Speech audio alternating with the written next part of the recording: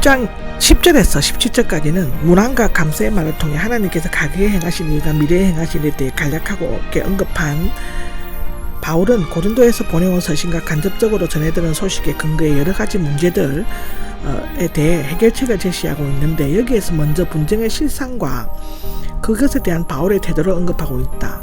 10절에 보면 형제 여러분이라고 나오는데, 원문에는 반의 접속사 그러나가 있고, 그들과 말과 지식이 뛰어나고 많은 은사가 있음에도 불구하고 문제가 있음을 암시하는 것이다. 그는 중요한 사실을 말하려고 할 때는 다정하고 친근한 호칭을 사용하고 있다.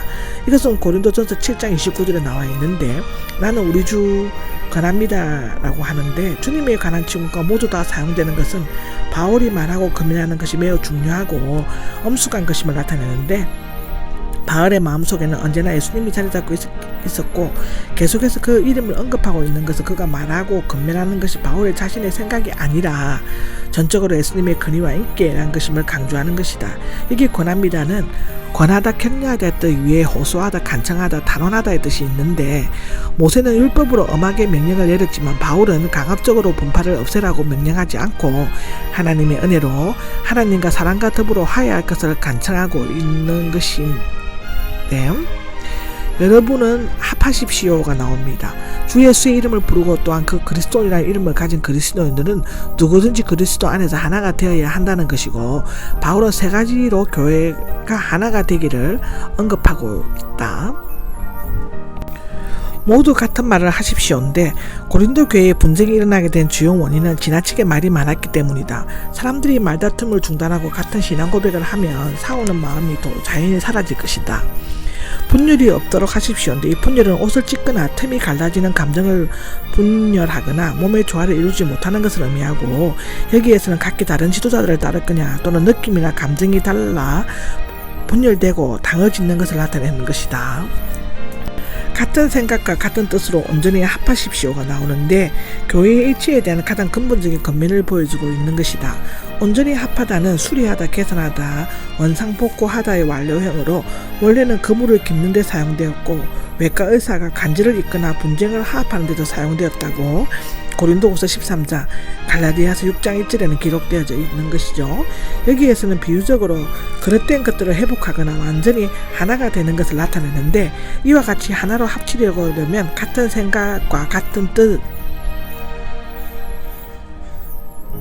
품어야 하는 것이고, 고린도 교회는 조직 면에서는 건재했지만 영적인 면에서는 갈라지고 찢어져 있었다. 이제 온전한 교회의 몸을 이루려면 갈라진 틈을 메꾸고 찢어진 것을 끄매고 상한 부분을 도려내야 하는데, 무엇보다도 한마음 한뜻의 한몸으로 되려면 서로가 예수님의 마음을 본받아 서로의 믿음으로 이해하고 사랑으로 감싸주고 소망으로 위로해야 되는데, 교회는 다양한 색깔과 형태들이 모여 조화를 이루게 되면 최고의 걸작품을 만날 수 있는 것이다.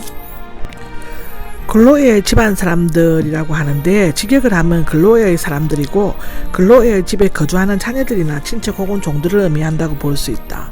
글로에는 여기에서만 언급되고 있으면 아마도 베베나 네레오처럼 자유계급에 속한 훌륭한 인격을 갖춘 여자이며 에베소에 살았고 고린도 교회에서 잘 알려진 인물이었을 것이라는데, 여기 다툼은 이것의 앞에 분열과 결과로 의견이 여러 가지로 나뉜 것을 의미하는데, 원래는 전투적 싸움이나 분쟁 경쟁을 의미했지만 아직은 완전히 갈라서지 않았으면서도 마음속에 깊이 자리 잡은 심각한 분쟁 상태를 나타낸다고 로마서 1장 19절, 고린도후서 12장 20절, 갈라디아서 5장 19절에는 얘기하고 있다.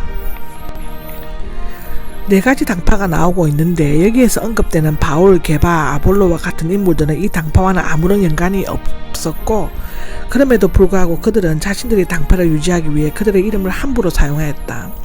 여기 바울은 자신의 이름과 사역을 중심으로 결성된 당파까지 거론하였는데, 여기에는 주로 이방인 신자들로 이루어진 것 같은데, 그들은 제2차 전도 유행 때 복음을 듣고 개종하였고 자신들이 먼저 믿었으므로 자신들의 주장이 옳다고 생각했을 것이다. 그들은 바울의 사도적 권리를 주장했으나 유대주의자들을 대적하는 과정에서 월권을 행사하고 바울을 지도자로 내세워 자신들의 행동을 인정받으려고 했던 것 같다. 여기 아볼로는 알렉산드리아 출신의 유대인으로 웅변가였으며 성경에 정통한 사람이며 열심히 있는 전도자였다고 사도행전 18장은 말하고 있는데, 그가 성경을 고찰하고 해석하는 방식은 특히 지식을 자랑하고 고린도 교회 내의 지식들을 흡수했을 것인데, 아볼로파의 큰 위험은 믿음보다 지식이나 철학을 중요시하고 소박한 믿음을 가진 사람들을 멸시하는 것으로 추측할 수 있다. 여기 게바는 즉 베드로는 예수님의 직계이며 수제자였으므로 바울과 아볼로와는 비교가 안되며 교회의 우두머리가 되기도 충분했다고 생각했을 것인데, 그러나 그들은 바울파와는 달리 엄격한 유대인 도덕론자로서 그리스도인의 신앙생활을 율법에 가두어 놓으려고 했던 것이다. 그리스도에게 속하겠다는데 이 파는 어떤 것인지에 대해서 여러 가지 설이 있고 확실히 결정하기는 어렵지만, 헬라 문법 구조상 나는 그리스도에게라는 말이 앞에 세 당파에게 적용되었으므로 세 당파는 서로 자기들이 그리스도의 참된 제자라고 주장했을 것이다. 또는 야고보를 지도자로 하는 바울적 경향을 가진 유대인계 그리스도인이거나 그리스도가 마치 자신들에게 속한 것처럼 행동했던 편협하고 독성적인 소집단이었을 것이다. 여기에서 제기가 되고 있는 세 가지 질문은 아니요 라고 대답을 기대하는 수사학적인 질문인데, 그리스도께서 나뉘어지셨습니까? 라는 질문이 있습니다. 완료형으로서 그리스도께서 이미 나누어지셨고 지금도 나누어지느냐는 뜻인데, 머리에서 떨어진 나가 몸이 존재할 수 없듯이 머리이신 그리스도를 떠난 몸된 교회는 결코 존재할 수 없다는 것이다. 그리스도는 오직 한 분, 교회는 결코 나누어질 수 없는 그리스도의 한 몸인 것인데, 바울이 못 박혔으며 십자가에 달려 죽으신 분은 바울이나 아볼로나 게바가 아니라 그리스도이셨다 이는 것이다. 그는 대속적인 죽으심으로써 말미암아 우리가 제사함을 받아 하나님의 자녀가 되고 미래의 영광스러운 기업에 참여할 수 있게 되었다. 그리스도의 십자가는 모든 믿는 자들로 하여금 하나가 되게 하는 것이다. 여러분이 세례를 받으셨습니까? 라는 질문이 나오는데, 당시 그리스도인들은 바울이나 다른 사람들의 이름이 아닌 예수 그리스도의 이름으로 세례를 받고 있기로 하였는데, 예수 그리스도의 이름으로 세례를 받는 것은 예수 그리스도의 소유가 되고 그와 하나가 되는 것을 의미한다고 로마서 6장 3절에는 말하고 있다. 그리스도께서 사람들에게 세례를 베풀어 자신의 몸으로 삼으셨기 때문에 교회의 머리가 되신 것이라고 기록하고 있는 것이다. 14절에서 16절은 바울은 고린도에서 몇 사람만 세례를 준 것에 대해서 감사하고 있는 기록이다. 14절을 보면 그리스보가 나오는데 아마도 해당자는 그리스보일 것이라고 사도행전 18장 8절에는 말하고 있다. 이게 가이오는 아마도 모든 고린도 교회를 대접한 인물이거나 손님을 대접을 잘해 가이오일 수도 있다. 두 사람은 고린도 교인들도 잘 아는 명성이 높은 사람이었을 것이라고 기록하는데, 하나님께 감사드린다라는 것은 고린도 교회 일부 신자들은 누구에게서 세례를 받았는지 관심을 가졌고 그것이 마치 세례의 효능과 연관이 있는 것으로 생각하였는지 모른다.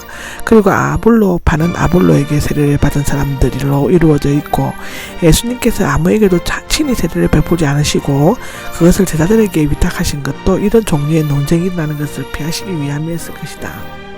또 본구절에 비춰볼 때 바울의 성례주의자라고 부르는 것은 합당치 않는 것이고, 바울은 세례를 구원의 필수 요건으로 생각하지 않았다고 성경에는 여러 곳에 기록되어져 있는 것이다. 세례는 그리스도께서 명하신 것이며 성탄만과 함께 교회의 의식으로서 초대교회에서 행해졌는데, 그러나 중요한 것은 이 의식이 무엇을 증거하느냐가 있고 무슨 효력을 가지냐에는 있지 않는 것이라고 기록하고 있다. 세례를 주지 않는 이유는 세례를 준 자와 받는 자 사이에 특별한 관계가 있는 것인데, 받은 사람이 헛된 사랑을 하지 않도록 하기 위함이라고 하는 것이고, 그리고 바울이 새 신자들을 자신에게로 끌어들이려 하는 오해를 피하기 위함이었을 것이다. 그는 오직 예수 그리스도만을 강조하고 있다고 15장 왜냐하면 위험합니다라고 기록하고 있는 것이다. 스테바나 집안 사람들이 나오는데, 스테바나와 그의 가정은 아가야에서 얻은 최초 열매였으며, 당시 스테바나는 브로나도와 아가이고와 함께 베소에서 바울과 함께 있었다. 집안 사람들에는 가족들나 자녀들, 친척들, 종들까지 포함되어 있는 것 같다고 한다. 그리스도께서 하기 위해였습니다인데, 그리스도께서 자신을 보내신 것은 세례자 요한처럼 세례 주는 자가 되려고 하신 것이 아니라는 의미다. 베드로가 동행했던 요파 형제들에게 세례를 주도록 명령했던 것처럼 바울도 다른 사람들로 하여금 세례를 베푸게 했는데, 물론 바울은 세례 주는 일을 경시하지는 않았지만 그보다 복음 전하는 일이 더 중요하다고 생각했다고 갈라디아서 1장 15절 16절에는 기록하고 있다.